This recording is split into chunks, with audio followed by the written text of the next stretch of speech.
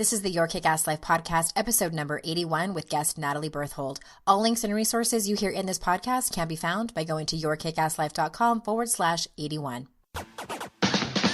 This is the Your Kick-Ass Life podcast with Andrea Owen, a no BS guide to self-help and badassery.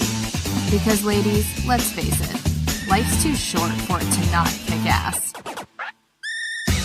And here's your host, the girl who serves it up straight with a side of crazy, Andrea Owen. Hey there, ass kickers. Welcome to another episode of the Your Kick-Ass Life podcast. As always, I'm so excited to bring you this week's guest. And by the way, Happy New Year. Did I say that last week? I may have forgotten, but Happy New Year. I hope that the new year is going really well for you. I hope you're declaring, this is going to be my year. I say that every year, and it always is. There's tremendous power in just declaring that. But, speaking of stuff in the new year, the whole new year, new you, I wouldn't be a life coach if I wasn't bringing you guys something to jumpstart your year. So if you haven't already signed up, the 7-day courage challenge is going on right now. So to be honest, you're a little late if you haven't signed up. If you still want to sign up, it started on Monday.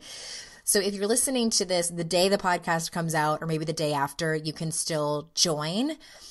Head on over to yourkickasslife.com/7-day challenge, all one word. What is the 7-day challenge, you ask? Well, I'm so glad that you asked. It's 7 days of worksheets and kind of writing prompts where we dig deep with one of my favorite topics, the inner critic, and feeling enough. And this will be the third time that I have run it. I have taken over 3,000 women through this, and it moves me every single time. And I really want you to come and join us. The best part, I think, is the Facebook group where women are sharing their stuff and their struggles and learning and helping each other. And please join us, yourkickasslife.com/7-day challenge. Each challenge will take you about 10 to 15 minutes to complete. And if you are not signed up and you're a little bit late, you will get links to the previous days. So if you sign up, you you get them in the morning. So you'll get tomorrow's in the morning. And then there will be links in that email for the previous days that you missed. So you can catch up and join us and learn something new and jumpstart your 2016. So now that we are got that out of the way, let me tell you a little bit about our guest, Natalie Berthold. Natalie specializes in family systems and family dynamics to get to the root of the issue. Unresolved trauma and family patterns get passed down through the generations and affect us today. Natalie, in a powerfully experiential and, I can't even say this word, you guys ready? Phenomenological way, facilitates healing through the generations so that you are free to live your best life. You can find her at natalieberthold.com. You guys, this is about as woo-woo as it gets over here at Your Kick-Ass Life. If you know me, if you followed me, I'm pretty practical. I'm like, tips and tools, people, tips and tools. Bullet point me. And that's not what you're getting today. We're veering a little bit over to, I don't want to say the dark side. It's the woo-woo side. It's the woo-woo side. And you may be like, what? But I was just so moved by her. I took a workshop of hers. You'll hear more about it in the podcast episode. And she blew my socks off. So I had to get her on here, and I had to let you all know about her and the work that she does in the world. So without further ado, here is Natalie. Hey there, everyone. Welcome to another episode of the Your Kick-Ass Life podcast, episode 81 here with Natalie Berthold. And I'm very excited to have you on the show. Thank you so much for coming on. Thanks for having me, Andrea. And for those of you who are longtime listeners or who have listened for a while, we had a little bit of an audio snafu this morning, so you might hear, it might sound a little bit different than they're used to. My apologies if you're having a little trouble hearing. We'll do the best we can here. And I have been dying to get you on because let me tell you all a little backstory. So I met Natalie at Soul Camp in September, and I had never heard of what the methodology that we're going to tell you about here in a minute is something I had never heard of. And I was kind of like, what? Isn't that just kind of like family of origin therapy stuff? No, it's not. It's something different. And so I'm really excited, and I'm just going to go ahead and jump in. And I know that you say that family constellation therapy is much better experienced than explained. But can you do your best to, first of all, tell us what exactly is family constellation therapy? Yeah, and you know what, Andrea, I've been doing this for a while, and it's so funny because I never get better at articulating it. So I will try my best in a nutshell. And even when I explain it to clients and then they experience it, they're like, oh, that's nothing what I thought. But in a nutshell, and what's really exciting right now is there's tons of research around epigenetics. If you've been reading the research on, how trauma that our ancestors experienced gets passed down through the generations. So basically, we are living our lives, navigating our lives as a result of things that mom went through and grandma went through and great-grandma went through. The therapy really serves as allocating out what's theirs and what's ours. So we're free to move forward and experience our own lives. Okay.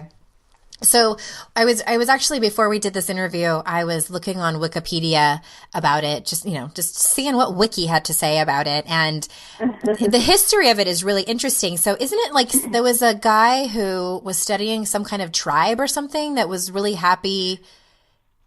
Am I understanding that correctly? Kind of, yeah. So the history, the man who therapized it, who made it a therapy for Hollander, was a priest, a Catholic priest for 30 years. And he was down in South Africa trying to convert these tribes to Catholicism, as everyone was doing at the time, the Zulu tribes. And he noticed that they were actually really happy, and they were living their lives really well, and they were way happier than Americans and Europeans and anyone in the West. And so he said, who am I to try to convert you guys to Catholicism? Why don't you teach me your ways of living? And he did, and he kind of coined them the orders of love, and they have all these ways of handling and dealing trauma in a way that is freeing for everyone. And from there, he created a therapy around how they were already living their lives. Okay, it's really interesting. And so from what I gather, and I went to one of your workshops over at Soul Camp, and so basically how it works, sort of, if you're going to explain that part, like let me see if I can explain this, because this might be hilarious, actually. Yeah. I've taken one 30-minute workshop, therefore I am an expert. So isn't it sort of like the way that you set people up, and it's sort of like people moving around the room and changing geography, and it's you allow them to kind of see what feels right in terms of their position with other family members, or even because we did like a money workshop, and you had like one person would represent money, and then you are like yourself, and you have money move around the room, and like, where do you want money to be? And it's sort of like that, correct? Sort of, yeah. So in a nutshell, we all kind of have this field around us, they call it, and it's this phenomenological field, and where everything was and everything is. And it sounds so hokey pokey, but it's like all of your ancestry, all of what happened lives in your cells, lives in your DNA. And so that energy is around you all the time. So in that way, we can set up this phenomenological sort of morphogenetic field, which is when you watch birds fly or you watch schools of fish, they move in that field. They know exactly where to move. They know exactly how to follow, where to follow to get from where they're going to where they're, going to. And so this energetic field is around us. And so in that way, we're able to set up family of origin and ancestry. And basically what normally happens, the workshop you were in was sort of atypical, meaning not typical of a constellation workshop, because I had so many people. I don't usually set up like dynamics like you and money. And it's helpful, but I find the deeper work is, let's set up your parents, let's set up your grandparents. So how it typically works is someone comes to me with an issue, and usually it's like anyone, it's around relationships or finances or health, right? Mm-hmm. And we kind of set up their family of origin, and it creates an out-picturing of this internal image that's affecting that issue. So maybe, mom and dad aren't facing each other, or maybe you're in the middle of mom and dad, or whatever the issue might be. Maybe mom was not present for you, and that's affecting your relationship, your health, or your finances. And so then we kind of organically, people reposition and move and to create a more internal image that is conducive to moving forward, to have that kick-ass life that you help people to have. And then that becomes a new out-picturing of the internal image that you're walking around with. So if you imagine a broken or fragmented or traumatic image or lenses that you're seeing the world in and meeting people, I think you can kind of heal that and recreate it and not carry all their crap and not, be a product of their trauma. You have a much better experience in life and you have that kick-ass life. And again, it's so hard to articulate that in a way that it really lands with people, but I hope that kind of helps explain it a little bit. Yeah. Well, and maybe it'll help if I share my experience and what happened for me in the workshop. And even you said it was an atypical workshop, but I found it to be really profound. And I'm someone actually that I have a harder time with any kind of somatic exercise where I have to get out of my head and really get in touch with my body. And how does that feel? I'm like, I don't know, but I can tell you what I think. And so that's always, I'm always a little hesitant and, to be honest, like skeptical about this. But I'm like, well, you're my favorite client then. And Andrea, just really quick, I noticed on your website you struggled with eating disorders in the past. And that's common with eating disorders people. They're more mental than able to land in their body and experience somatic exercises. So anyway, I love the skeptics, but I'd love to hear your experience. Yeah. I told you quickly at Soul Camp, but kind of in passing. And so what happened for me is Natalie was offering a family constellations workshop around money. And so I'm like, okay, I'll go see this, because for me, I have reached a earning income plateau. Over the last 3 years, I've made the same amount of money. And so I'm like, something's going on. And it didn't really make any sense. Like, there shouldn't be any reason that I haven't made more money. And I always chalked it up to, well, I've just never been somebody who's motivated by money, and just made all these excuses for it. And so I went to the workshop, and what Natalie had us do is we partnered up, and I did not know the person that I was partnered up with. I don't think that was on purpose. It was just by chance. And so we took turns either being ourselves or our partner represented money. And when it was my turn to be myself and my relationship with money, what Natalie had us do is she had us, as ourselves, go to a spot. We were in the big dining hall. She said, go to anywhere in the room where you feel comfortable. And we did that, and I picked a spot. And my money partner, the person that I was partnered up with that was representing money, she was, I don't know, maybe 50 feet away from me. And she said, okay, now money, make your way over to your partner. And then as myself, I got to kind of do whatever felt right to me as money was approaching me. So I was like, okay, whatever. So my partner was approaching me, and she came to stand really close to me, and she came to step in front of me. And I immediately was like uncomfortable, not because I didn't know this person and she was invading my personal space, but I actually tried to think of, if this person is money, I don't want you right in front of me. I want you, and you encouraged us to position ourselves as opposed to money however we wanted to. So I was like, okay, I want you at my side. I want you you can face me, but I want you in my peripheral vision. I want you there, but not too close. I don't want you to get too close, but I want you there. And it was interesting. And I'm looking around the room, and people were doing different things. And so I'm staring straight ahead, not looking at money. And you were talking, I don't even remember what you were saying, but it suddenly dawned on me, like a ton of bricks, and for me, what it unlocked in just that short amount of time was the story that I was making up. Because I kept asking myself, okay, why do I not want money to be right in front of me? What is going on? There's got to be something that I'm making up. And I mean, trust me, my colleagues over the last 3-4 years have been working on their money stories, and they've been coming to all these big conclusions about how they were raised with money. And I was like, I don't have one. My parents never talked badly about wealth. They never talked good about wealth. I don't have this obvious story about money. So I'm like, what is it? And then finally it dawned on me. And I think you said you have a similar story. As I'm asking the universe, what is this? Why can't I face money? So when I was growing up, your typical middle-class family, my parents loved me very much. I was very blessed in terms of my childhood. And we didn't have a ton of money. I was never really spoiled, but we had enough. and I was happy and safe and everything was great. And then the summer between my 8th and 9th grade year, my dad had gotten a new job and he made more money. And we moved into a gated community. It was a brand new house. My dad bought a Mercedes. We had more money. We weren't suddenly rich, but we did have, I would say, somewhat significantly more money than we had before. And that was also around the time that my parents' marriage fell apart. And by the time I was a senior, my mom left and my parents divorced, and that was it. So what I realized in that moment, as I'm like wanting money just to be like at an arm's distance, was that I had made up a story that any kind of like increase in income equaled family disintegration. And I was like crying. Like, oh my God.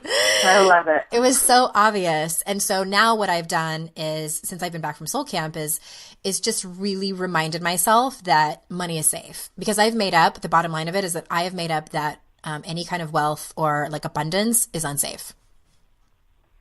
Yeah, and honestly, Andrea, like when I work with anyone on money and they don't have more than they want, usually it is coming back to something that feels unsafe. And I did have a similar dynamic. We really grew up very, very low income, and then my dad got a job with a lot of money, and that's when my parents' marriage hit the fan. And it was just the same thing. Like, money comes with a bigger price than the money, you know, comes with a big, big price. And so for you, I think having it peripherally to your side and maintaining keeps you and your family safe. You're married, you have children, you know, it really does. And God bless you for taking that seriously and letting it, you know, keep your family together, so to speak. And I would also, for your next piece of it, talk to mom and dad and say, do I have permission to make more money and not have my marriage fall apart? And of course, because they love you, they're going to say yes, but it's just an extra bit of freedom around it. And talk to your husband about it and continue, yes, to say money is safe and money doesn't have to come with such a price for me. I'm allowed to do it a little differently. You know, and I'm curious, has your revenue increased since you've worked on that? It has, actually. And okay, I'm sorry, great. the mailman is here, and Giselle, leave it.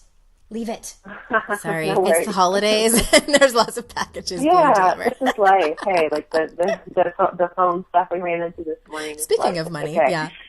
But no, it has, and good. The thing was that I walked away from that lesson unattached to the outcome, because I could have said like, oh, that's it. Like now I'm going to unlock this and money is just going to come flying in. It's going to start, rain cash. And I was like, no, that's actually probably not going to happen. And I'm like really okay if it doesn't. And I want it to be organic and but I think mostly it's like the angst went away. You know what I mean? Right. So that's, I think, what was really, really helpful. And because safety is surrounding your money stuff, it really wouldn't have been safe, Andrea, to walk away and triple your income overnight. It would have had to be this slow and steady thing that you're testing out. Like, okay, is my marriage okay? I'm making more money? Yes. Let me get acclimated to this amount. Okay, let me make a little more and get acclimated. And so I'm glad it didn't come like a dam rushing in. And that's, again, when safety is involved, that's not really, I don't really recommend that, Right. So, yeah. So good. I'm so glad to hear that. Thank you for sharing. You're welcome. And because that was one of those things that we can overthink that to death. And what you provided was an exercise that got me out of my head and actually moving around the room and thinking about things in a different way. And so that's what I loved about it. And I think also as powerful as money is, I was reading your blog and you had a really interesting blog post called, and any of these links, you guys, are at yourkickasslife.com/81. There's a direct link. You wrote, the blog post is called Right Relationships with Mom Can Make Magic Happen. And you discuss the mother-daughter relationship. And I mean, my clients, I would say probably 85% of them struggle with their relationship with their mother. And these aren't like tumultuous relationships. They're just something's happened in the past and just stuff. And what you mentioned in this post is that healing that relationship can give us freedom in all areas of our lives. And so my question for you is, how do you do that if the mother is unwilling to be the mother that the daughter needs?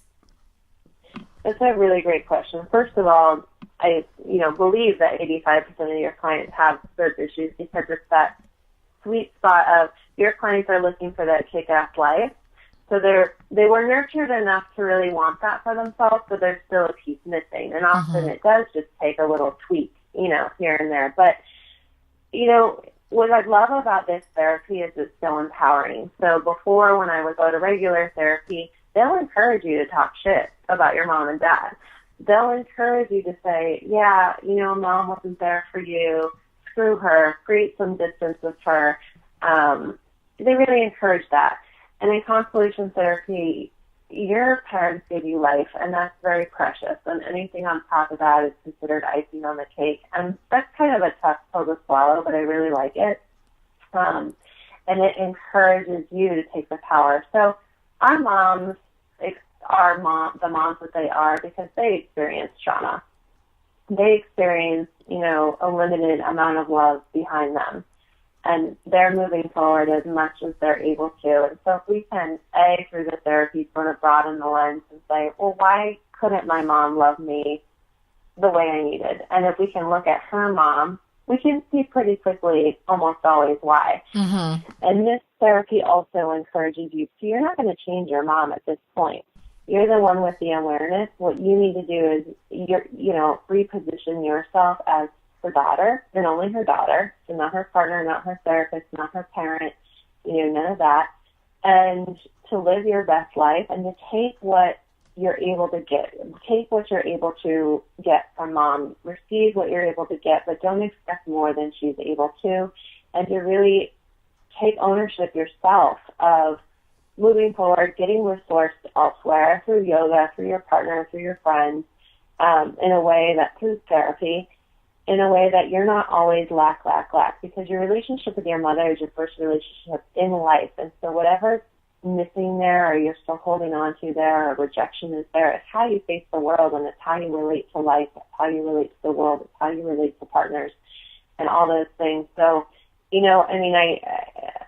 then you become a parent who is not the greatest and you blame it on your mom, but your mom doesn't get to blame it on her mom. So it's just really not expecting mom to be the mom that you would like her to be because she's not going to be. She had her own wounds, and you can sit in life wishing, waiting, hoping forever that she's going to be that dream mom, and meanwhile your life is passing you by. So it really just puts some ownership on you to move forward despite it all and to take what you can get and take the blessings. And that's hard for people, but once they wrap their head around that, life is a lot easier. They're not swimming upstream the whole way. They're letting life force and flow, which is mom, stand behind them and effortlessly allow them to move forward in a way that you can't when you're still angry at your mother. Yeah. It sounds like there's a lot of compassion that happens in family constellation therapy. A lot. Yeah. We don't have sides. And there's not good guy, bad guy. Let's broaden the field and have compassion for everyone. Compassion is the only thing that moves things, and it's really beautiful. And everyone has a part in relationships. Everyone takes their own part in downfall of relationships. And it's just, it's not about blame and separation. It's about reconciliation and bringing together that which is separate. So it's really beautiful. That it sounds like it. And what has been, I know I shared my story with money, and I think that you said that you had a significant shift in your own life being a client of family constellation therapy. So what has been the most significant shift in your own life using this?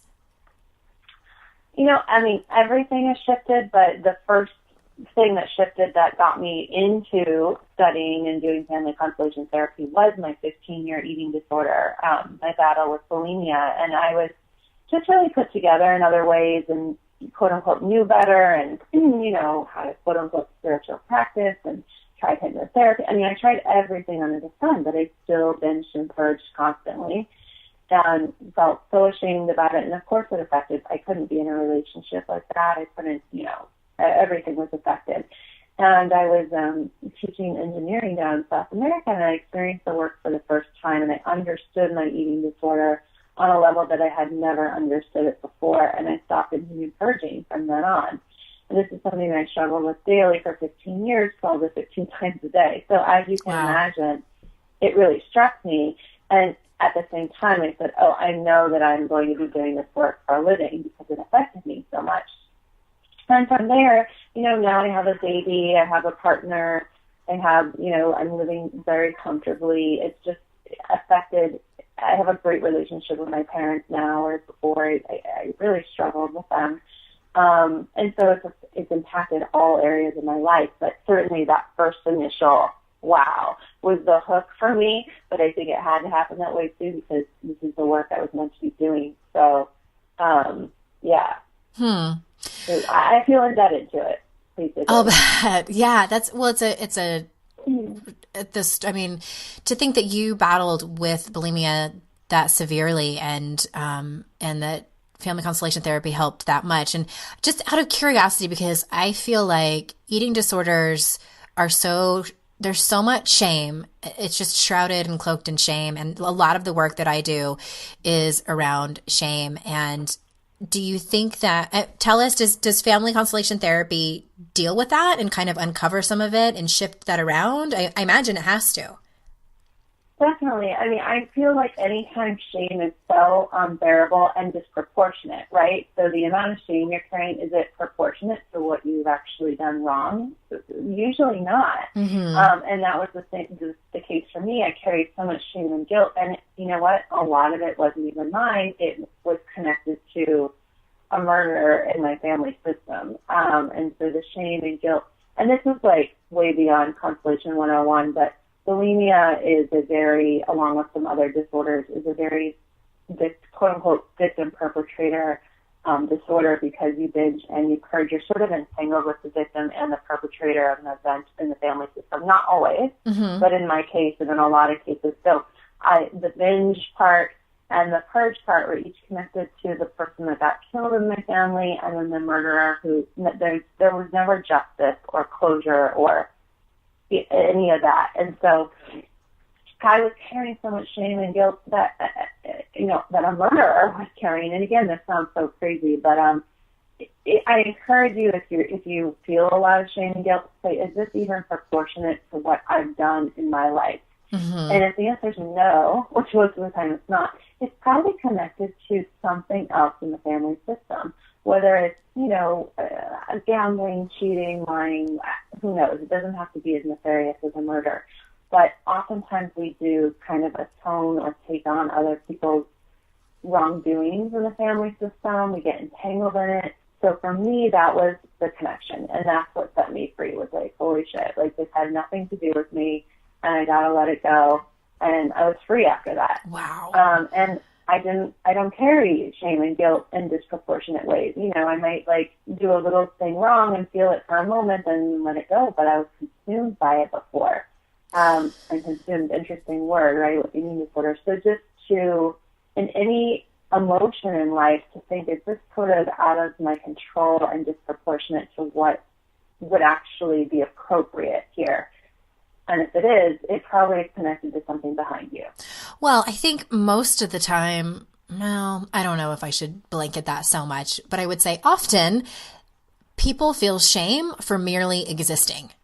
And so if you're listening and that's you, it might be something to look into. And you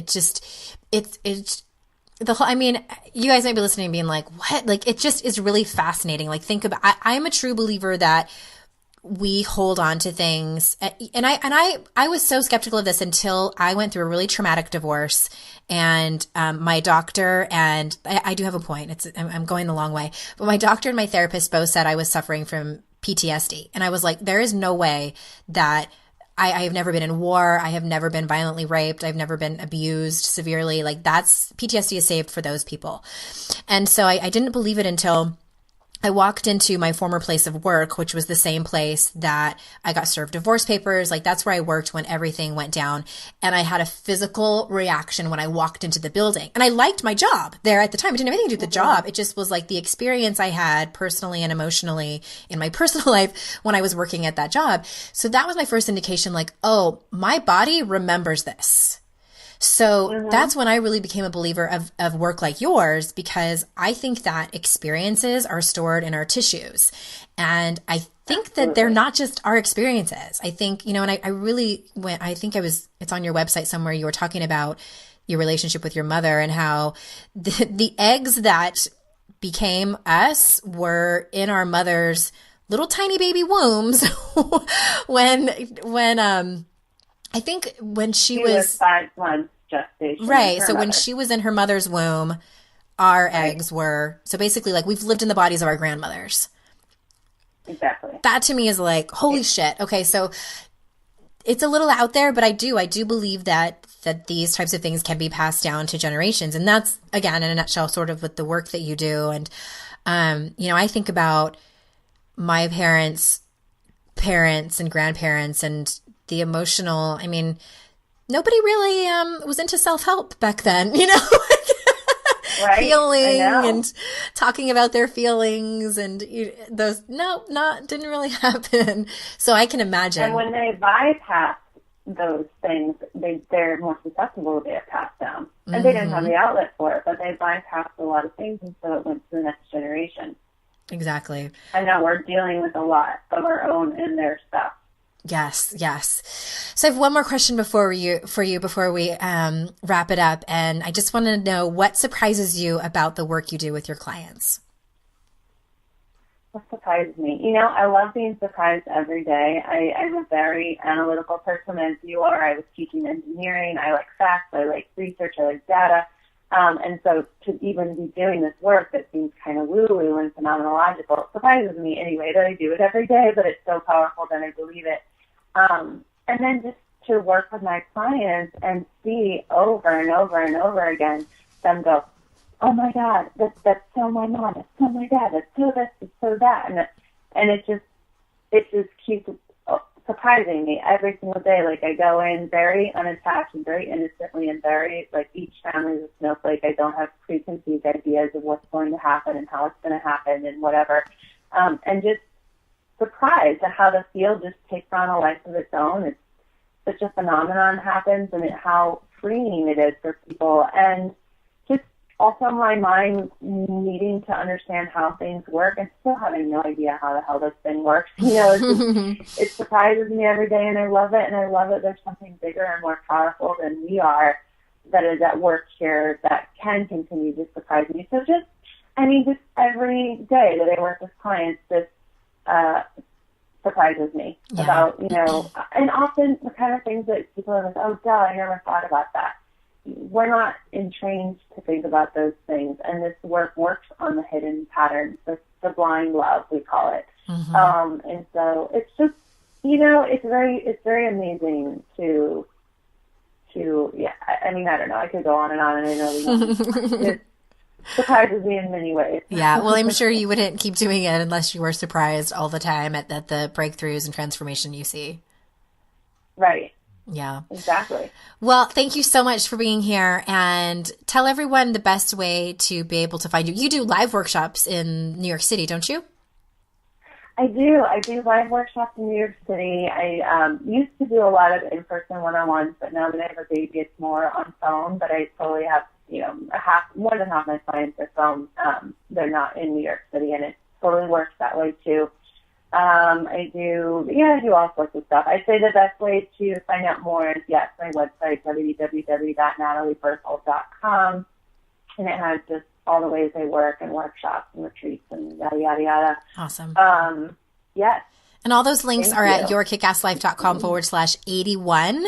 Direct links to the blog post that I mentioned about the mother-daughter relationship, as well as Natalie's probably most recent workshops and all that great stuff from her. And thank you so much again for being here and doing your best to explain this magnificent work that you do in the world. Yes, it was my honor. Thanks so much for having me, Andrea. Oh, you're welcome. And until clients live their best kick-ass life. Yes, well, they're trying. They do their best. My ass kickers. So until next time, everyone, I will see you out in cyberspace. Bye-bye.